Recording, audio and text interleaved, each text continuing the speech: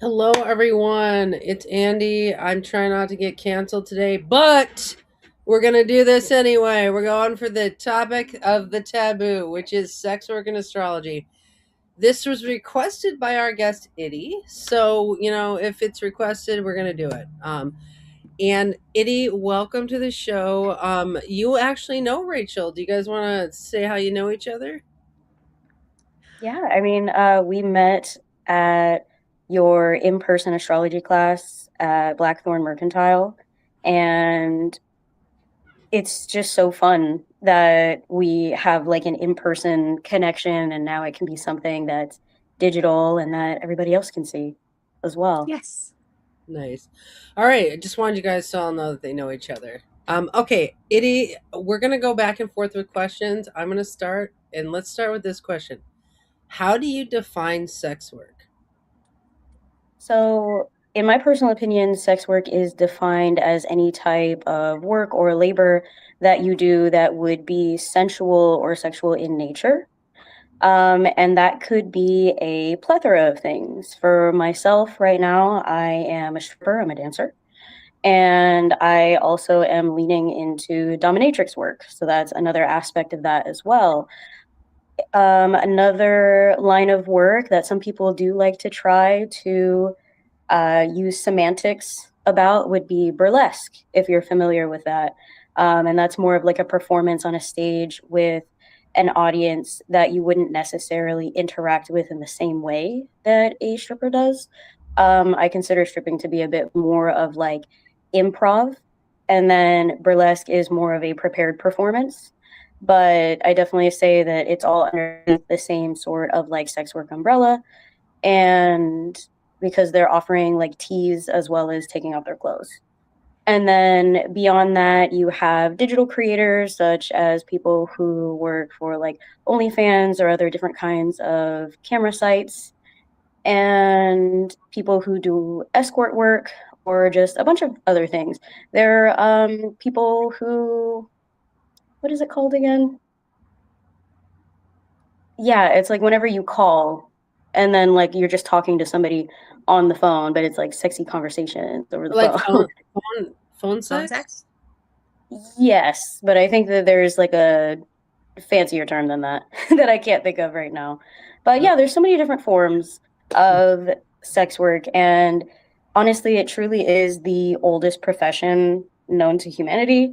And I feel like it gets such a bad rap when, in reality, when you really think about it, the only reason why all of us are here right now is because some people had sex. mm, So I just don't believe that it should be something that should be stigmatized and any type of forms of derogatory, because Villainized. yeah, we all came from the beauty of love, or I would love to believe so. And I think human sexuality should be celebrated versus villainized. But yeah, that's my interpretation of what sex work is. interesting. So, I mean, just to recap, you're pretty much saying it's any kind of work that involves sensuality or sexuality. It could be verbal, emotional. It could be dance based. I mean, it could be anything that involves any of that stuff. Okay, so um, all right, I think that's a good definition. Yeah, I don't know what we call the phone workers. Yeah, I feel like there is a name for that. It's not call girls because you think it'd be called call girls, but it's not because that's a different kind of sex worker, kind of thing. All right, Rachel, do you have a question? Yeah, mine was a little bit more getting to know you at first. Hmm. I was Sure. just really curious what your favorite smell is. My favorite smell. Oh my God. I like lots of scents. I think aromatherapy is really nice. Yeah. I could talk about some scents that I'm wearing right now. I One of my favorite perfumes is by this brand called Replica, and they create very unique scents. And one of them that I absolutely love is called By the Fireplace, and it actually smells like that smoky, like if you've ever been around a campfire or like you went Mhm. camping and then like you're around the fire and how it gets stuck on your clothes and you can smell it like once you get back home. That's what it smells like, and somehow they were able to put that in a bottle. So I Like really do like romanticize that it. scent. Yeah. Yeah, and I am a person where I prefer my sweet scents and things like that to have a form of like a woodiness or earthiness or something like that to it. Yeah, like something with some heft. Yeah. Nice. Nice. So, like musk is good. Yeah, that just made me Yeah. think, Rachel, about how if you're a sex worker, at least in a certain kind, you should be okay with body smells. I mean, it's like I work in an office in Zoom because I can't even deal with people's auras, but then like the sex workers are like going at you with your body smell and like, how do you feel about body smells, Iddy? I feel like bodies like they can smell like so many different kinds of things. I do like it when people smell good, and I will compliment them on that because not everybody does that comes into the club or in general. And like even myself, I feel like I try to make sure that I smell nice because at least with my line of work, we're doing a lot of cardio and like strength training by dancing on stage and everything. And I feel like I should try to smell nice. So I always am very flattered when people are like, "Oh, you smell so good." And I'm like, "Thank God," because I get a little paranoid sometimes. But I feel like bodies are meant to smell like bodies. I feel like the whole idea where it's like your poom poom's supposed to smell like flowers or whatever, girl, no, it's not. Like, No. and if it did, you might have a problem, truly. I do believe in like, using aromatherapy to your advantage and smelling good and things like that. But I don't think that bodies shouldn't smell like bodies. And I usually don't blame people who like get sweaty or like just have different things that bodies go through. But I feel like there's a difference because you can tell people who didn't necessarily put in the work or like take a shower or something like that or whatnot. And I feel like if you're going to go out for a night on the town, and you want a hottie to sit on your lap, I would want to smell nice for her. There's a Personally. difference between fresh sweat and like old sweat. Yes, Yes. yes, you know. So if you're But yeah. you guys take a shower before you hang out with Iddy, let's just do it. Okay. Okay, well, okay, I'm gonna ask a question, which is, what is your sun, moon, and rising? Yes, so I am a Sag sun, a Pisces moon, and an Aquarius rising. Okay. And okay, I'm gonna ask one more question before we go over to Rachel, which is, what do you think about your chart that makes you into the kind of dirgy nature of sex work? I mean, when in your description of sex work, you were saying it's kind of on the naughty side of things, which there are some people who are kind of more built for that. Like, what do you think about your chart makes you into this career? So I've been thinking about this a lot actually because not only trying to analyze like some of the charts of my friends, but even my own. And the conclusion that I feel like I have come to is that I do have my Venus is in Scorpio at 28 degrees, and that is conjunct my midheaven, which is at 2 degrees of Sagittarius. And then that is conjunct my Pluto, which is at 3 degrees of Sagittarius. So I feel like the fact that all three of those things are conjunct in the same place and Scorpio ruling over the reproductive system and it being conjunct my midheaven, which is essentially supposed to be like career path or, like where I should be moving towards, like within a job realm.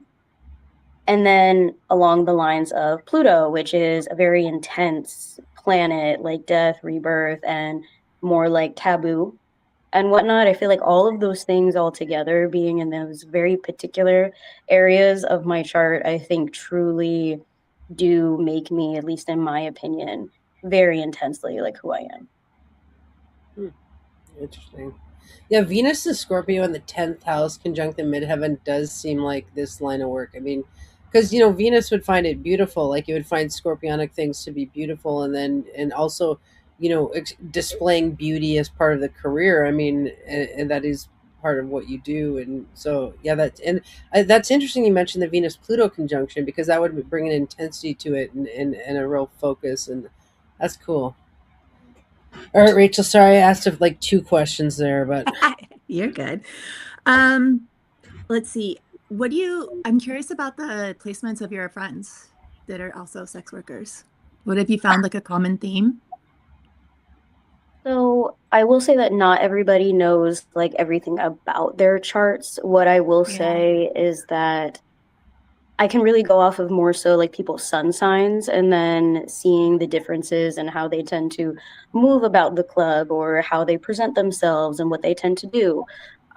So for example, like one of my favorite friends, her name is Amethyst, and she is an incredible powerhouse in the club. She was a gymnast since she was younger, and she actually does a bunch of like backflips and gymnastic tricks and things like that on the stage, which is incredible.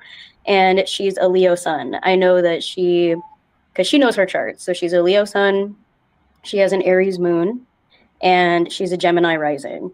So I personally think that given that trio, it makes her an incredible performer and it also makes her really good at her job as well. And I do know one of my other friends, Lilith, she is a Capricorn sun. And we know that she is an Aries moon. She doesn't know the exact time she was born, so I don't have a rising sign for her. But I feel like she's a person who started dancing only like a year ago, but she has basically taken the club by storm as somebody who is just so naturally gifted because she came in and was just like making so much money, just like right off the bat. So she's definitely somebody that if I got a chance to see all of her chart, I would definitely feel like she's someone who is just naturally born to be a dancer. And other dancers who have been in the industry for a while have been saying the same thing because she's almost an anomaly in a way. Yeah. And I feel like astrology might be able to give more of the answers as to why, for sure. I did a little But yeah, I research. feel like Oh, I why did a not? little research on just like looking up people who've done research into this area. Oh, And nice. there's one website called astrologyresearch.co.uk. And this person, I don't know if male or female, looked at 166 charts, and there was an um, 27 of them were Capricorn suns, which ended up being like a percentage of greater notes more than the other ones. And the least actually was Taurus rising. I mean, Taurus sun. So I thought You that know was what? Yeah. interesting that the Capricorn suns. Hmm.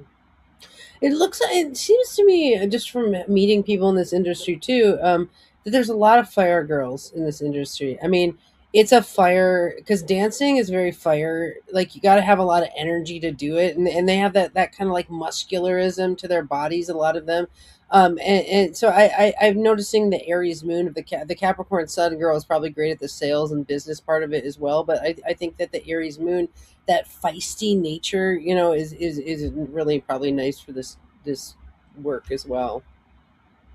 Oh, absolutely. I feel like I noticed that the Capricorns do have an intensity when it comes to not only the way that they like tend to train their pole routines, but at the same time, the way that they kind of go after customers and everything. My dancer friend Lilith, she's definitely always like on the hunt, like looking around, trying to see who she can talk to and different things like that. And I have another dancer friend named Lilac. She's a Pisces, and she naturally does have like a very like pretty, like soft spoken voice. She gives me very like beautiful ethereal vibes, especially the way that she dances. She looks incredibly lightweight and almost like she's floating whenever she's dancing, as if it's like completely effortless for her. And I think it's really amazing just to see everyone's like slight differences and how they go about hustling and whatnot.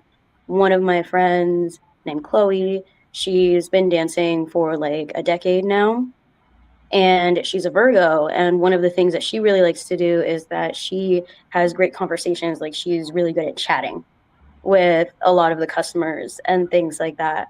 And that's one of the reasons why people come back to see her and everything as well.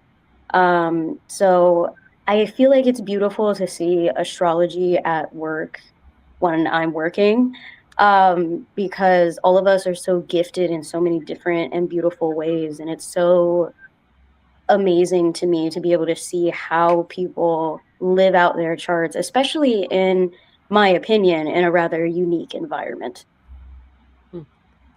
Nice. Sorry, Do Iddy. It you? makes me think about how I like to watch the WWF wrestlers and their style according to their chart.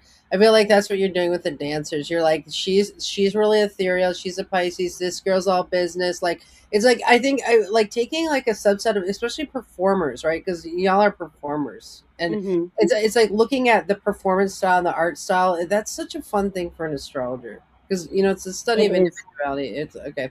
Sorry, Rachel.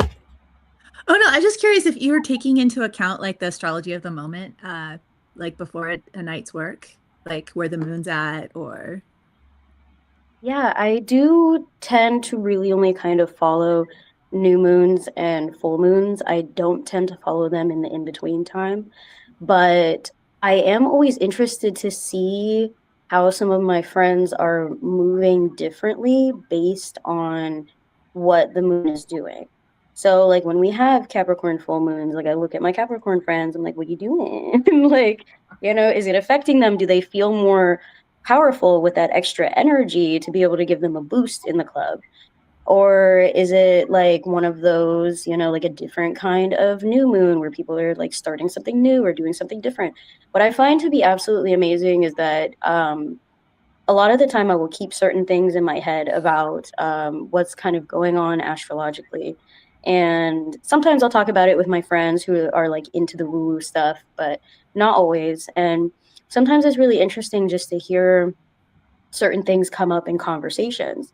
For example, Venus just entered Taurus, and that was something that I had like kept in mind and whatnot. And I've been hearing people talking about like, oh, like I want to go shopping, I want to get a haircut, I want to do like these different things, and it's like it's fascinating to me to be able to see that people truly are just doing the astrology without even knowing exactly why they would be doing something. But it's like your soul feels the pull and whatnot. So I definitely can say that I see people move and shift like a little bit differently when it comes to moon phases and different things like that. And I feel like it applies to customers as well. I do feel like the club can be a little bit more chaotic on like full moons versus like new moons or other times and whatnot. And I mean that I know that that's just true in general for like humans because it's pulling on like the waters of the body. Um, but yeah, so it's definitely a unique environment to experience astral transits as well.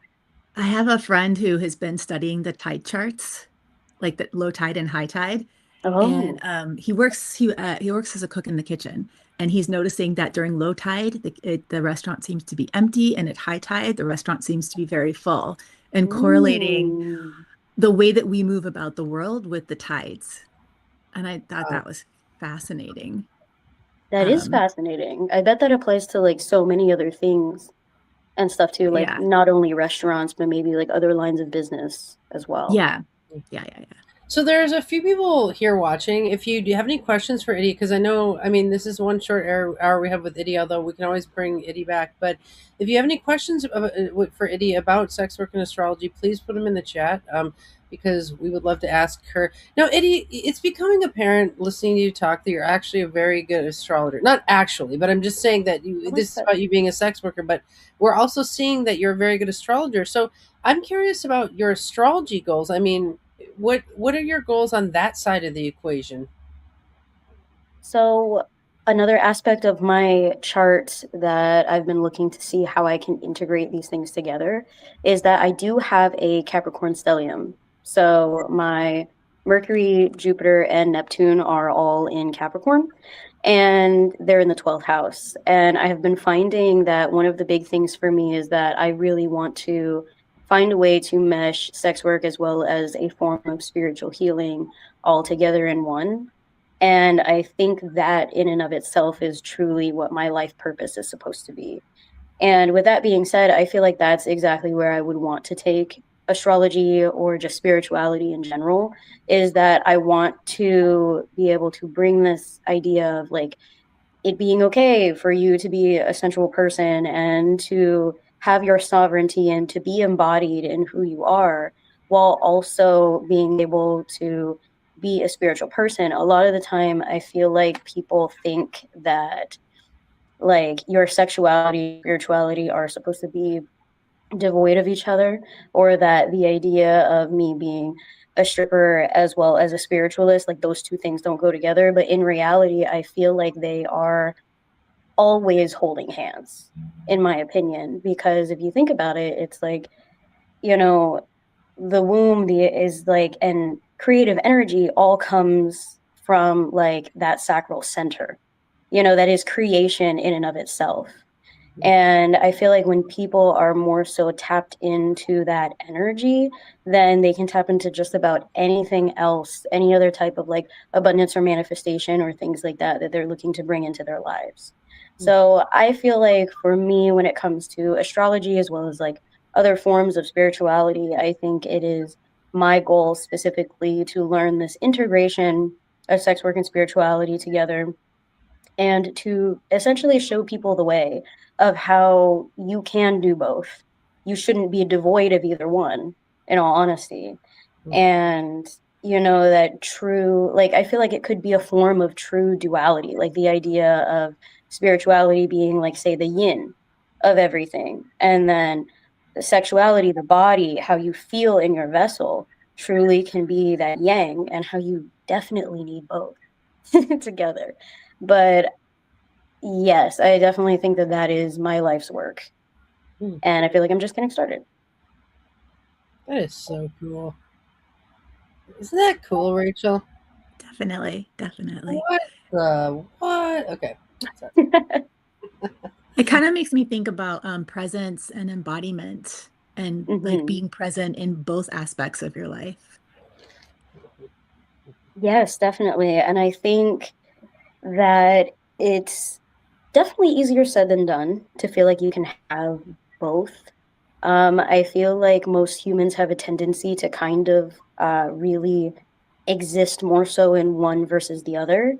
Like some people are really in the ethereal plane, they're always thinking about stuff, and they don't have a lot of groundedness um, within their bodies and in their reality. And then some people are so stuck in like the earthly realm where they're just grinding, trying to make money, trying to make ends meet, or like different things like that, and they're not thinking about like their spiritual hygiene, or other things that could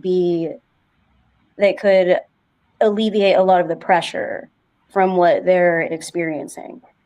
And I think for me, the unique challenge is to be able to show people how you can have both. Interesting. Well, I mean, okay, I'm going to go out on a limb and say this. Okay, so you know how like yogis kind of are often seen working with astrologers because the yogis aim to channel chi and balance the energy of the transits essentially. But I think sexuality, if a person is able to express their sexuality, I think it spins their chakras. Like I do think it actually cleanses the system of hard energies. So in some ways you can look at it as a remedial measure to hard, let's say someone's having a hard transit. I mean, don't you think that you could purge that through pleasure? I mean, I don't know, or it's not even just mere pleasure, but I feel like it's like chakra. It like actually heals a person.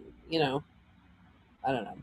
Oh, definitely. I agree with you. And one of the things that I find, at least with what I've chosen to do, is that I went into stripping, and I told myself I want this to be a spiritual practice for me.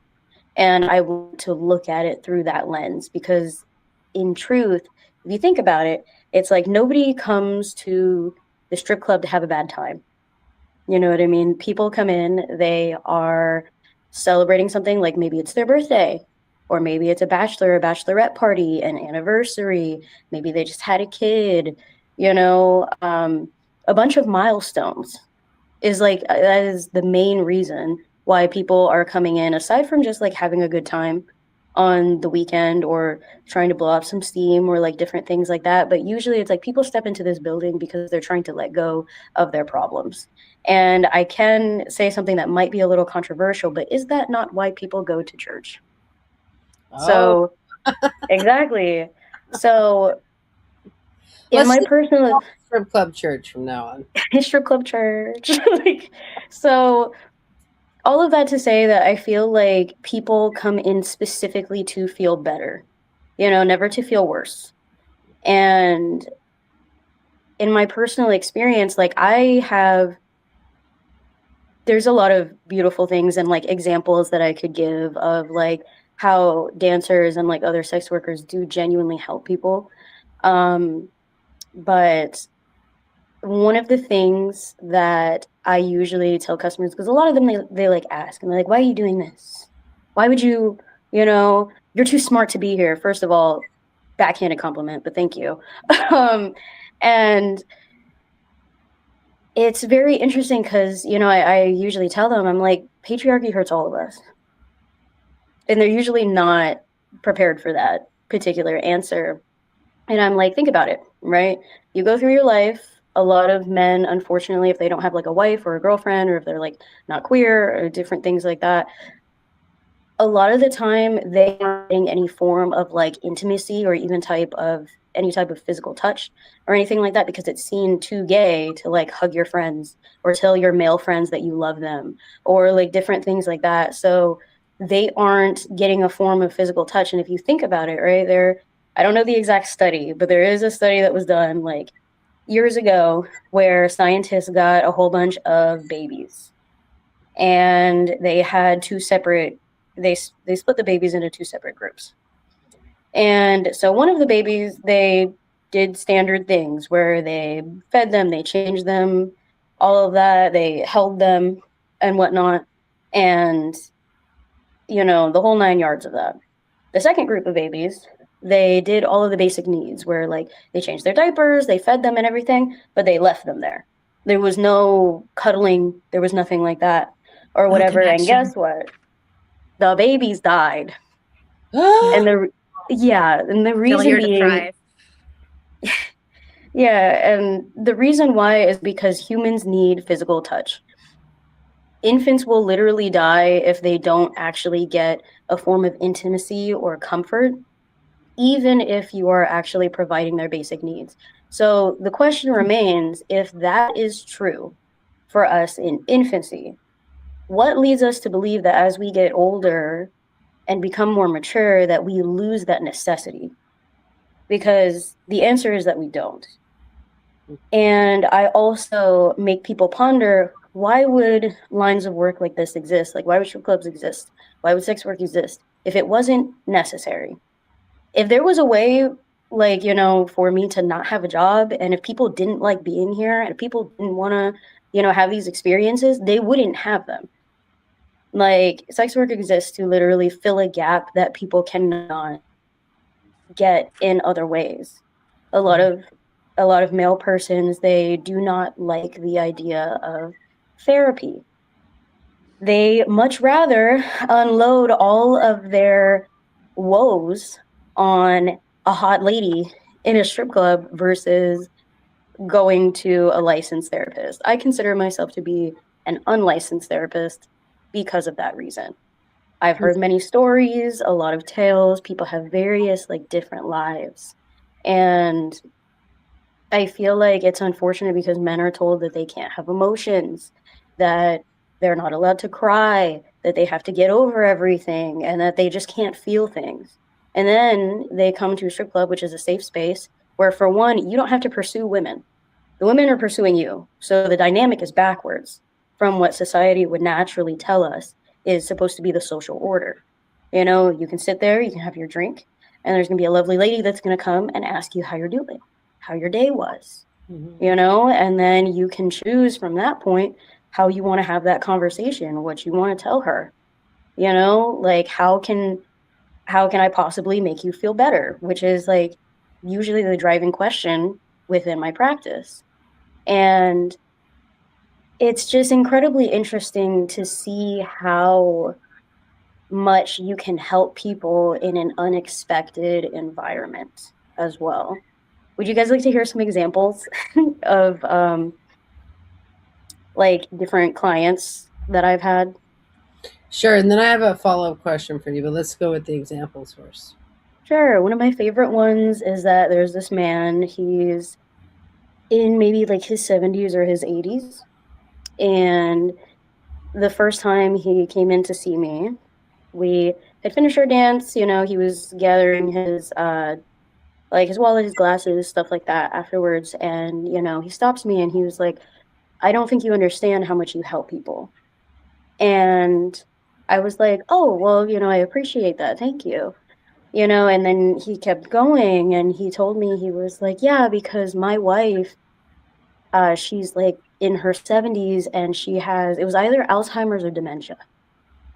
And he was explaining that he loves her very much.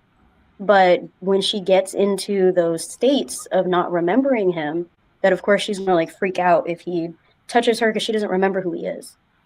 Wow. And then because of that, he's like, grappling with this decision because he was just like, I love her so much, but I need intimacy. Like I need the touch of a woman. Like, and things like that are very real. Somebody's real life is being affected by a disease that nobody asked for. And I feel like it doesn't make him any less of like a good husband or somebody who has needs just because his wife is experiencing that. And in my personal opinion, I don't believe it's a disrespect to her either. Although people may challenge me on this. A lot of the time too, we get a lot of couples in there. And one of the things that I like to say is that couples who can get horny together, they stay together.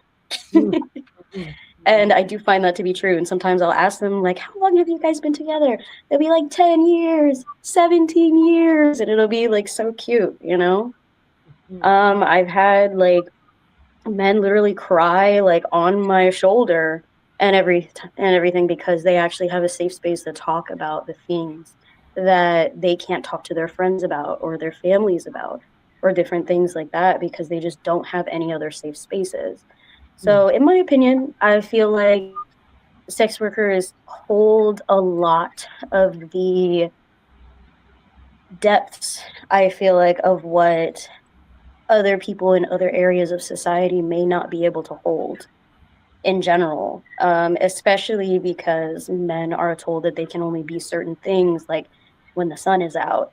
So they got to go somewhere where they feel a little bit safer when the sun is down. But those are just my perspectives.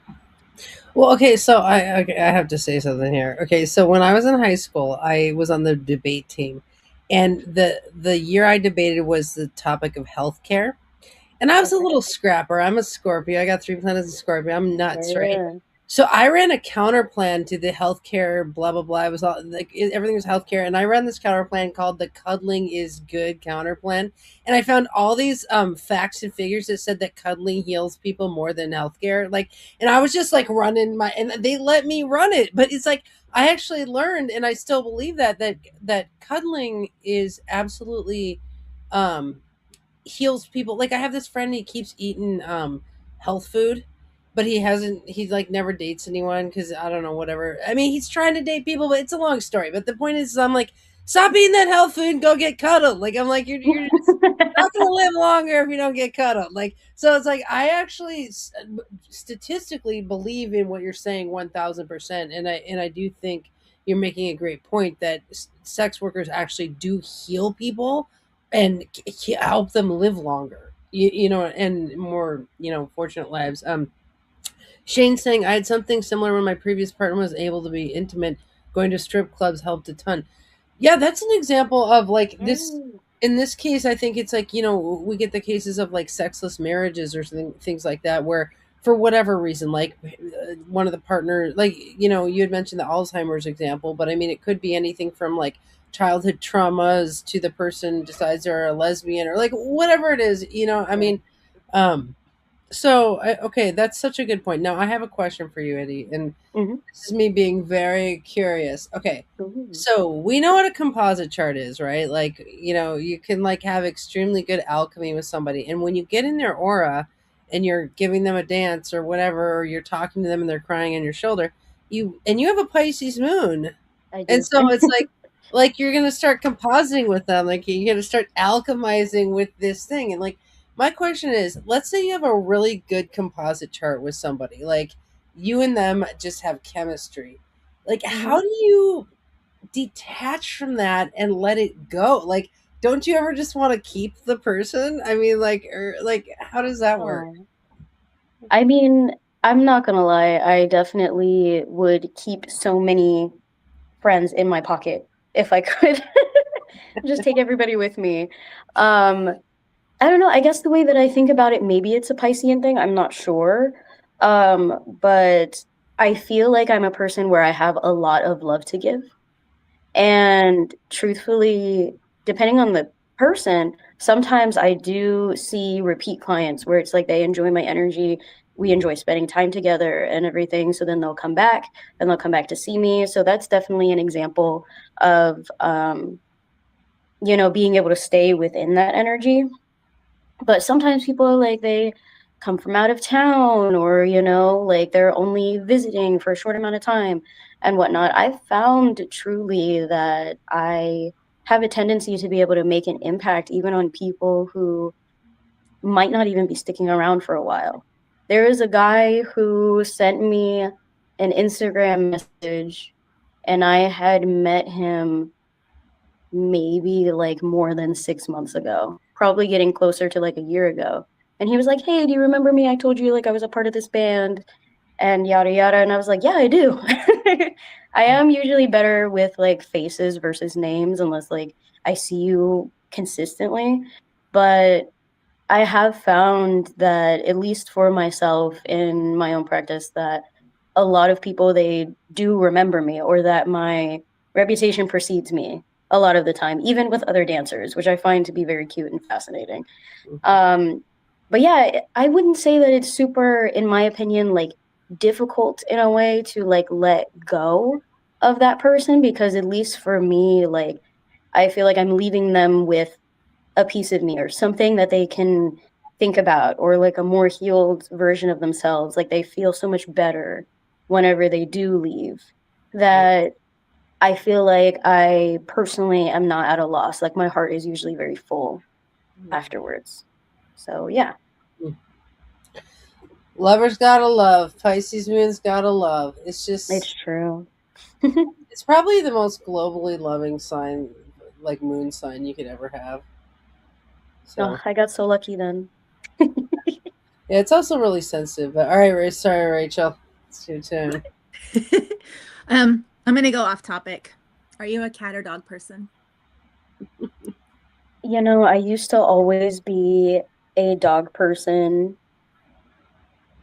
for most of my life, and then years ago I got a cat, and I was like, "Oh, I can kind of understand this." Like it's kind of cute, like in a different way versus like having a dog. Right now, like at this point in my life, I don't have any pets, and I don't think I'm going to get any more in the future. I love them, but I rather like be somebody's auntie versus like being the person who's fully responsible for you. Yeah. But yeah, I like both. I think they're pretty cool. And like the cat or dog vibes are just like different, but they're fun in different ways. I If have a one of them was gonna be a stripper, do you think the cat would be the stripper or the dog? The cat would definitely be the stripper. Have you seen like when they stretch that arch? I Crazy. know, right? The positions they get in. Yeah, dogs are a little bit more silly than cats. Cats are not. it's true. Yeah. Yeah. Okay, here's a logistical question. And Shane, of course, if you have any questions for Iddy, please do put them in the chat. Okay, I'm assuming that's who's here, Shane. Um, okay, do you get sore? Yes. Like if you think about it, it's like my job, I have an athletic job, and I Yeah. feel like it's important that I try to remind myself of that because it is true. Like the one thing that I don't want to misrepresent here is that stripping or like sex work in general is easy. It Yeah. definitely is not. And especially depending on like the line of work you choose to get into. Um, it can be very taxing on your body. Like being a performer in general, regardless of what kind of performer that you are exerting your body to be able to do whatever line of work it is that you do. And it's incredibly rough. It can be. I definitely am consistently sore. Some days I feel like are a bit worse than others. It kind of depends on how the night goes.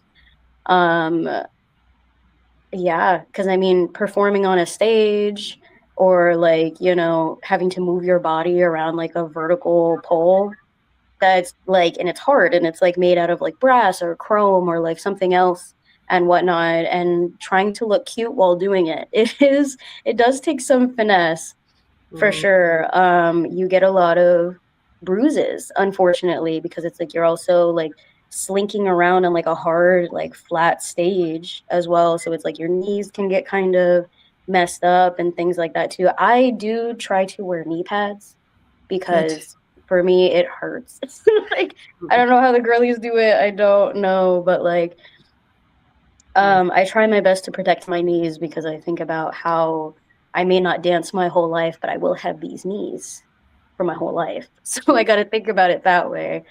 Mhm. Um, but it can be incredibly taxing on your body, especially like say on your hips and everything too, because depending on how you like to give your lap dances and everything, you could just be like exerting yourself in so many different kinds of ways.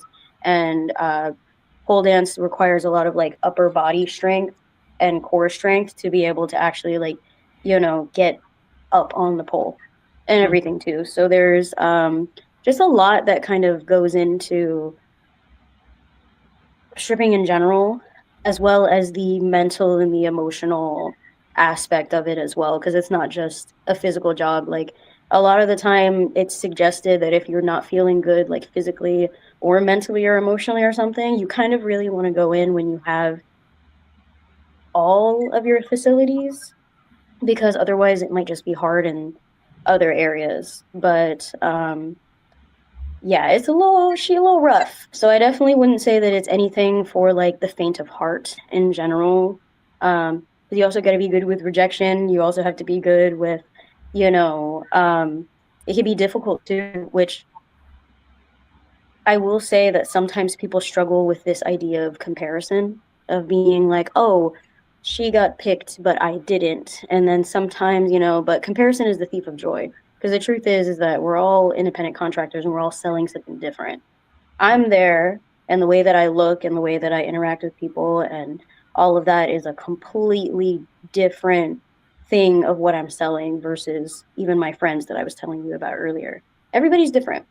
Um, Well, but I have to say something as your teacher. Okay, so I think it's going to be cool when you really start doing astrology readings, because I know you're kind of on the precipice of doing that, and I know you're kind of waffling about are you really ready for that and things like that. But I think what's really cool about astrology is it's mentally taxing, and it's spiritual. It's like your crown chakra. It's really spiritually and mentally activating, and I think it would be such a nice balance to the physicality of the work that you're doing. I think because you are such a brain as well, like you are so smart, that I think it would be really cool for you to have like those tangential careers going, where it's like if you're beating yourself up physically a little too much dancing, then you can do more chart readings. Or if you're getting sick of doing chart readings, you can do this more visceral thing. And like, I do think it would be a nice compliment to what you do is to do the cerebral job of astrology. So I just have to say that. oh yeah, I agree. I definitely am interested to see how everything ends up integrating itself together. Um, yeah, who knows? I might specifically do astrology things, maybe like for dancers or sex workers specifically. I don't know. I don't know where the future will take me, but I am excited to see how I can just like meld these things together. Hmm. Yeah. I want to say that pink hexagon behind your head is highlighting you so beautifully. Thank Wow. you. I'm curious about your spirituality and stripping and how stripping has strengthened your spirituality. Oh my goodness, like in so many ways. One of the most fun ones is that I ended up finding that there are actually a lot of spiritualists who are dancers. I find that Mhm. very fun. So So community. sometimes like yeah, and that was a beautiful thing that I wouldn't have known otherwise Yeah. without, being within that community and seeing that there's actually like a crossover between the two. And I think that has been really cool to be able to see that and connect with some of my friends on that level. I think it's really fun. Um, and then, hmm, tell me the question again. Well, just like you wanted to make sure that like your stripping was part of your spirituality. So Oh, yes. how have they informed each other? I would say in many, many different ways. Like, I guess the best way I could describe myself is that I feel like a holy hoe, like Oh, in yeah. the most amazing way. Really good alliteration. Yes, we love alliteration here. But Oh, so I just feel like these things shouldn't be devoid of each other. I feel like they are like two halves of the same whole, essentially. And I feel like, truthfully, me starting to dance, I actually have felt the most fulfilled that I have ever felt in my life in any job. And I have had so many different ones. But I feel like this has been the most fulfilling, not only like, monetarily for myself. But beyond that, I feel like it's very spiritually fulfilling. Like when I get a chance to connect with other people in this way or give them a safe space to be like, hey, it's okay for you to feel good. Like, I know the society tries to tell you that you're not allowed to, but you deserve pleasure in your life. And not only just here, but it fosters this idea of people understanding that they can have pleasure outside of this space as well. And I think all you have to do is like spark that idea that people are worthy, that they're deserving of being able to feel good in all aspects of their lives. And I think that's the biggest way that I feel like this has informed both sides of this for me because I felt very disconnected spiritually for a very long time. I came from a very intensely like Catholic Christian household. I went to Catholic school for 10 years, for a decade of my life.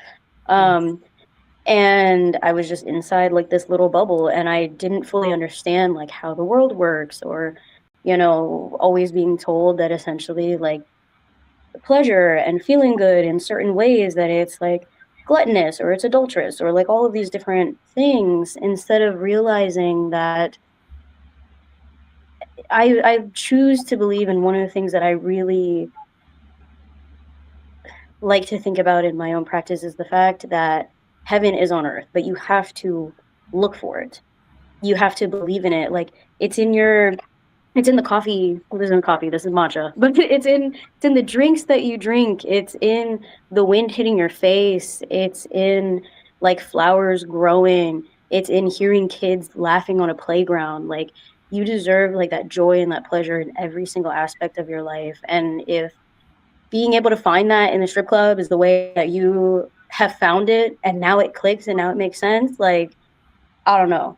Like, I feel like I'm just the messenger, I'm just the prophet, but I feel like the message is the same, whether I'd be saying this at a pulpit or if I'm saying it while sitting in your lap in a dance. like, Yeah, I think but there's yeah.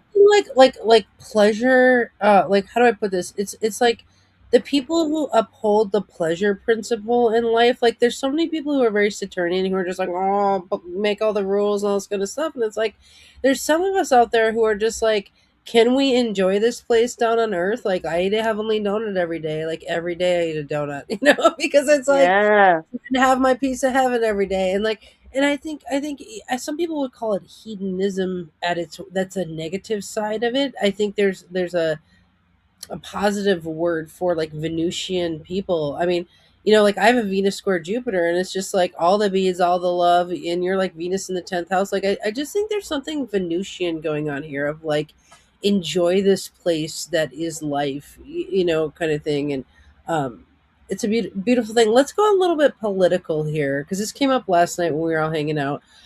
Okay, so I one of the reasons I'm super glad to have you on the show for this topic is, I've been kind of political about sex work for a long time because people always want me to be against it because I'm a teacher and all this stuff. And I was like, listen, there are charts made for sex work. I have done readings for sex workers, and their charts are so sexual.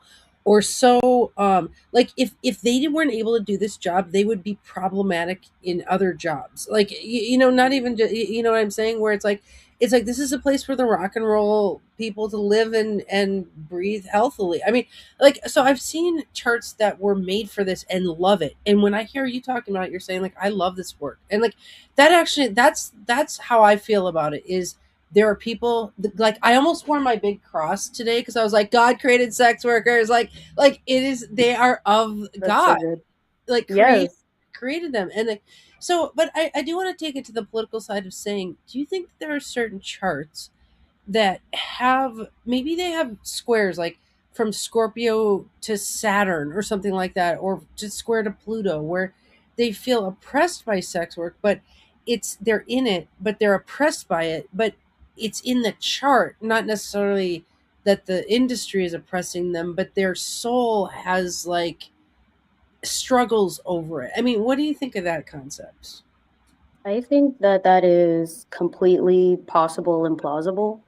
Um, I think that, there's a vast majority of people who are sex workers, and I think that their charts are just as vast as they are. Um, and I will say that I'm sure that there are some people who struggle a lot more than others. Um, because, like I said, it's not easy. It's not easy to do. And some people definitely, it hurts them a bit more, like say like emotionally or mentally or different things like that than others.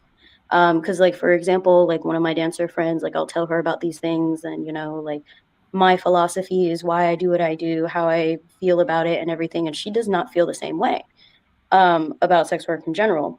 But also, she is not necessarily like a spiritual person. So she doesn't have that particular lens that I do when it comes to things. She is more of like a science based person, and she likes facts and not necessarily just like believing in things that aren't there in theory. So for her, she finds that at least like I see that her perspective and her lens on how she looks at things, it one could argue is a bit more um quote unquote negative than like how I would speak on it personally. And I do think that it just has to do with like differences in perspectives, because we got to think about not only how you were brought up, but it's just like nature and nurture at the same time, because it's like your chart could say one thing, but like for example, I felt very oppressed in like my younger years because of the idea that I was, in very like specifically like toxic Christian spaces, because not all Christians are toxic. That is not true. But specifically the way that I grew up and how oppressed that I was feeling. So this for me is a form of liberation, but not everybody will feel that way. Um, and I will say that when it comes to that, if people have like a lot of squares or different things like that in their chart, where it's like they're in this line of work, but maybe they don't necessarily feel the fulfillment out of it that personally like I would get, I would say that there would definitely have to be probably some remediation on that, or to maybe see, is there a separate line of work that might fulfill you better, or is it a perspective shift, like do we have to look at this differently, or maybe we should potentially do the same thing, but maybe like in a different lens. Like maybe you don't like showing up as the persona or something like that you've been doing. Maybe you don't like the colors that you're wearing. Maybe you need to do this differently. Maybe you're being fake nice and stuff like that when really you want to be mean and you want to be more like aggressive or something like that to these men. People will pay you for that. Like, there's different strokes for different folks on like what they're into and everything as well. But I think it would depend specifically on somebody's chart on, in my opinion, what it would mean, whether or not they should stay in the industry for one, if it's actually fulfilling them, if it's something that they feel like, the pros are outweighing the cons. And then beyond that, it's like, how can we deal with the cons that you're experiencing? Whether that's based on your chart or maybe like your other life circumstances that you're experiencing. It could be various things. But I do think that, it's definitely not for everybody. I am pretty funny in the idea that I feel like everybody should try it once. Like one of my Other things that I like to say is that I feel like everybody should shave their head like once. Like most artists shave their head at least like once, because there's something that's so like earth shattering and amazing to be able to experience life in that way. And I feel like it changes your perspective on stuff. But um I don't know. Or usually I'll encourage people, like, if you have an inclination, you don't gotta go show all your goods to the world, but maybe take a pole class, see if it makes you, feel good, tap into like your sensuality, into your body, and things like that. I feel like it's important that people like the vessel that they come in, because it's not easy with like a lot of societal standards and things like that we experience, especially as like AFAB people or women identifying people, that society can like push on you. But one of my favorite things is that I feel like, for me personally, and then I've seen other like female customers say, that going into the strip club and seeing girls, especially where I work, where we hire like various like skin tones and body sizes and things like that, there's something very healing about seeing somebody who maybe carries some extra weight or has stretch marks, or is maybe older, or maybe she's super alternative and like shaves her head, or like has a mohawk, and like all these different things. It's so healing to be able to see like women or AFAB people in general just celebrate their bodies the way that they look. And it was very healing for me. And one of the things that it has definitely given me is like, everybody can make money. It doesn't matter what you look like. It doesn't matter how many kids you have. It doesn't matter like any of these little things, like all of the lies that society has told me about what you're supposed to look like as a woman or as an AFAB person is not true, because the strip club has proved to me otherwise, and I have watched all of my friends make a bag. What's So, a what's AFAB? so AFAB means assigned female at birth. Oh, okay, okay, interesting, Yeah, interesting. but using that specifically because you can be assigned female at birth and not identify with that. Hmm. So, for example, like I'm non-binary, but I would be somebody who is assigned female at birth. Yeah, I have to say your Sun Square Mars will really rock the Dom side of your work. I mean, like when you have transits to that, you can just be the meanest. Yes, I'm so excited about it. I'm not gonna lie, I am more of like a soft dom kind of person, because I like the idea of pouring into somebody and making Yeah, them feel good in that way. But Pisces Pisces Dom, moon. Pisces Moon. Yeah. yeah, but at the same time, it's just like, I mean, if you want me to be mean to you, I can do that. Like, Like I can time it. I can be mean next Wednesday. We'll have to look at the transits. Well, we're at the end of our hour, and that was awesome. That was so awesome. So yeah. please tell people how they can find you. Where can they find you for anything that you want to do? So right now, my main social media is Instagram, and it is at Iddy the Biddy, and I spell that IDDYTHEBIDDY. And you can definitely find me there, and all of like the little things that I've been up to, me talking about sovereignty and embodiment, and starting to teach classes at Blackthorn. If you are in the Portland, Oregon area and want to come and hang out and take a class with me, on Thursdays we do what I call is radical self-love ritual, where we will look at a type of spiritual practice for that first hour, and then that second hour we are literally crafting something like with our hands, and getting not only like the knowledge that we just did, the yin, we're doing the yang portion of making it into the physical world. So some examples of that is that in our previous classes we have talked about spiritual baths. We did history of that, why it's important, different ingredients and stuff like that that you can use. And then for that second portion of the class, we literally made bath salts. You got to choose some ingredients and how much of each one that you wanted, and you got to leave with that bath salt in hand for you to go and use it. And that was specifically during Mercury retrograde, so that you can have a form of coming back to yourself and feeling protected and everything when stuff is very discombobulated. And then what we did for the spring equinox is that we were making seed paper. So we talked about paper in general, why humans write things down, the cognitive importance of that, as well as the spiritual importance. And then for that second hour, we were making paper. It was the first time I had ever done it as well, where we had like the little screens and we were like dunking it in the water and everything. And we put like little rose petals and lavender buds and things like that on it too. And yeah, and the whole intention was that you take it home, it finishes drying, you're able to write on your paper all of your intentions of what you want to create and manifest for this next zodiac year. And then you actually plant the paper because it has seeds in it, and you watch those wildflowers, you watch your manifestations literally grow. That is so cool.